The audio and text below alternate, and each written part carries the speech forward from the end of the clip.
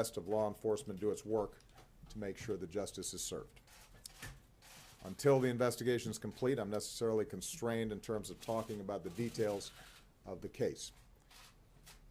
But I don't need to be constrained about the emotions that tragedies like this raise.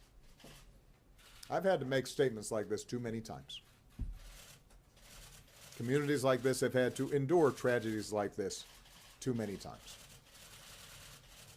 We don't have all the facts, but we do know that, once again, innocent people were killed in part because someone who wanted to inflict harm had no trouble getting their hands on a gun.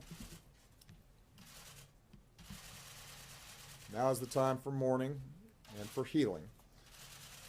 But let's be clear. At some point, we as a country will have to reckon with the fact that this type of mass violence does not happen in other advanced countries.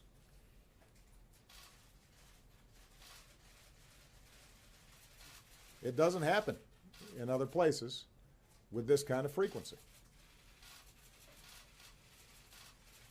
And it is in our power to do something about it. I say that recognizing the politics in this town foreclose a lot of those avenues right now. But it'd be wrong for us not to acknowledge it.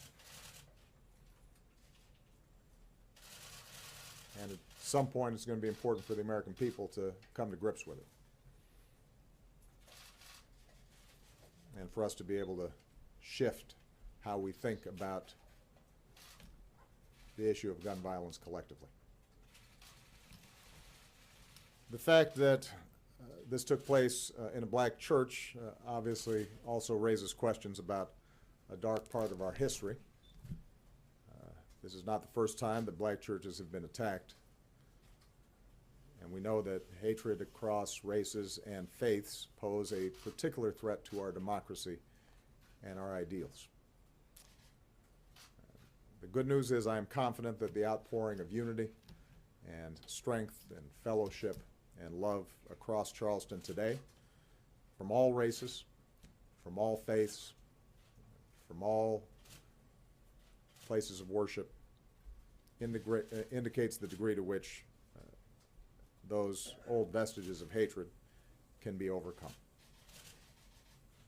We're closely following the terrible events unfolding in Charlottesville, Virginia.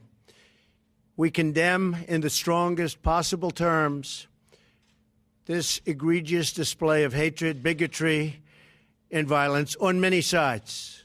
On many sides. It's been going on for a long time in our country. Not Donald Trump, not Barack Obama. This has been going on for a long, long time. It has no place in America. What is vital now is a swift restoration of law and order and the protection of innocent lives. No citizen should ever fear for their safety and security in our society, and no child should ever be afraid to go outside and play or be with their parents and have a good time. I just got off the phone with the governor of Virginia, Terry McAuliffe, and we agreed that the hate and the division must stop, and must stop right now. We have to come together as Americans with love for our nation and true affection, really, and I say this so strongly, true affection for each other. Federal authorities are also providing tremendous support to the governor. He thanked me for that. And we are here to provide whatever other assistance is needed. We are ready, willing, and able. Above all else, we must remember this truth. No matter our color, creed, religion, or political party, we are all Americans first. We love our country. We love our God. We love our flag. We're proud of our country. We're proud of who we are. So we want to get the situation straightened out in Charlottesville, and we want to study it. And we want to see what we're doing wrong as a country where things like this can happen. My administration is restoring the sacred bonds of loyalty between this nation and its citizens. But our citizens must also restore the bonds of trust and loyalty between one another. We must love each other, respect each other, and cherish our history and our future together. So important. We have to respect each other.